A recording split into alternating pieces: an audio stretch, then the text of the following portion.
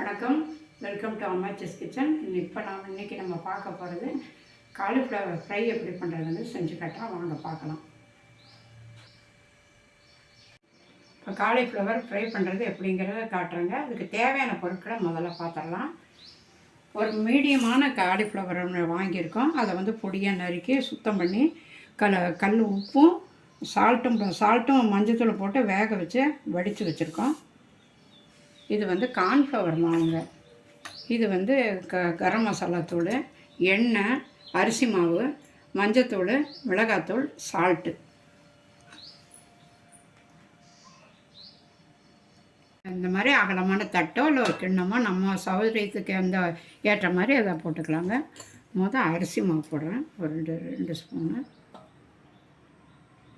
2 spoon போட்டிருக்கோம்.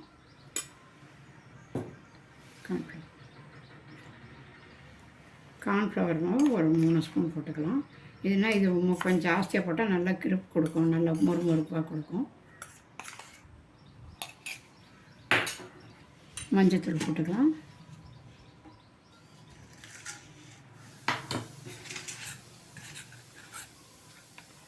மிளகாத்தூள்,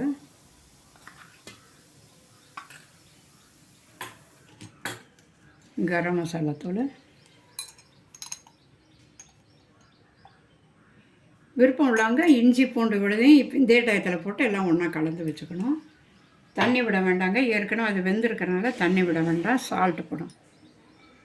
அதுக்கு எவ்வளோ தேவையோ வெந்த காலிஃப்ளவர் துளி வாயில் போட்டு பாருங்கள். சரியாக இருந்தால் விட்ருங்க, இல்லைனாக்கா கொஞ்சம் சால்ட்டு போட்டுக்கணும். அப்புறம் எண்ணெய் தான் ஊற்றணும். இதில் வேறு எதுவும் கலக்கக்கூடாது. தண்ணி கலக்க வேண்டாம்.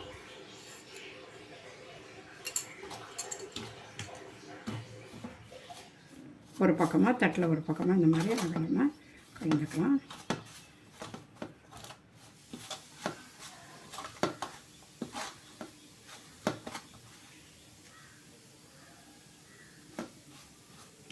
ஏன் இப்படி எண்ணெய் ஊற்றி செய்கிறோன்னாக்கா எண்ணெய் ஜாஸ்தி இழுக்காதுங்க. நல்லா பொரியும் போது ரொம்ப எண்ணெய் இழுக்காமல் ஒரு திட்டமாக இருக்கும். இப்போ இந்த காலிஃப்ளவரை கடைசியில் தான் காலிஃப்ளவர் வெந்த காலிஃப்ளவரை போட போகிறோம்.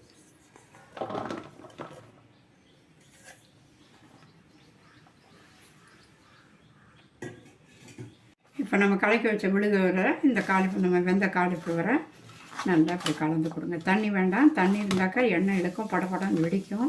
அதனால் தண்ணி வேண்டாம். இந்த மாதிரி நல்லா கலந்து எவ்வளோ நேரம் வேணாலும் வச்சுருக்கலாங்க. அப்புறம் மெதுவாக பொரித்து சாப்பிட்லாம். சாப்பிடும்போது உட்காரும்போது பொரிச்சுக்கலாம். ரொம்ப நல்லாயிருக்கும். பார்த்திங்களா, எல்லாம் ஒரே மாதிரி ஈக்குவலாக கலந்து வச்சுருக்கோம். இது அப்படியே வச்சிடலாம். எப்போ சாப்பிட்றோமோ அப்போ இன்றைக்கி உடனே வேணும்னாலும் பொரிக்கலாம், ஒன்றும் தப்பு இல்லை.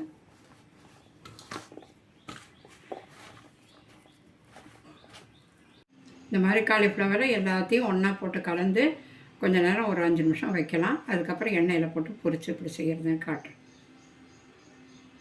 ஹீட்டான கடாய் ஒன்று வச்சு எண்ணெய் ஊற்றிருக்கோம். எண்ணெய் நல்லா காஞ்சிடுச்சு. இனிமேல் நம்ம அதை பொரிக்கிறதுக்கு எடுத்து போடலாம். எண்ணெய் நல்லா காஞ்சிடுச்சுங்க. இந்த டயத்தில்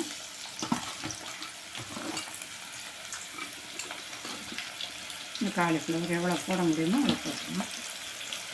நல்லா பொரிக்கும்.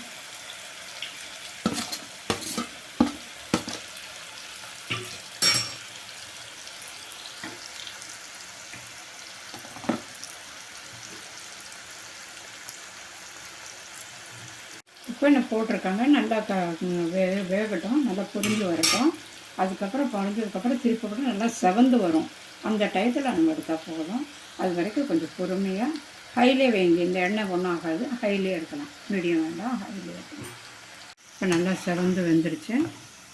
கொஞ்சம் ஹையாக இருந்தால் அப்புறம் கொஞ்சம் கருகிற மாதிரி இருந்தால் கொஞ்சம் மீடியத்தில் வச்சுக்கோங்க. நல்லா செவந்து வந்திருக்கு. அவ்வளோதான். இந்த மாதிரி எண்ணெய் வடிகட்டியில் போட்டு வச்சிட்டோன்னா இதில் இருக்க எண்ணெயெல்லாம் அடியில் வடிஞ்சிடும். அப்புறம் மீதி இருக்கிறத நமக்கு கொஞ்சம் கொஞ்சமாக போட்டு வறுத்து எடுத்து வச்சுக்கணும். காலிஃப்ளவர் ஃப்ரை ரெடி ஆகிடுச்சுங்க. எல்லோரும் வீட்டில் செஞ்சப்போ ரொம்ப ஈஸியான ஒரு வேலைங்க. குழந்தைங்களும் மற்றவங்க எல்லாருமே விரும்பி சாப்பிட்லாம். உடம்புக்கும் நல்லது.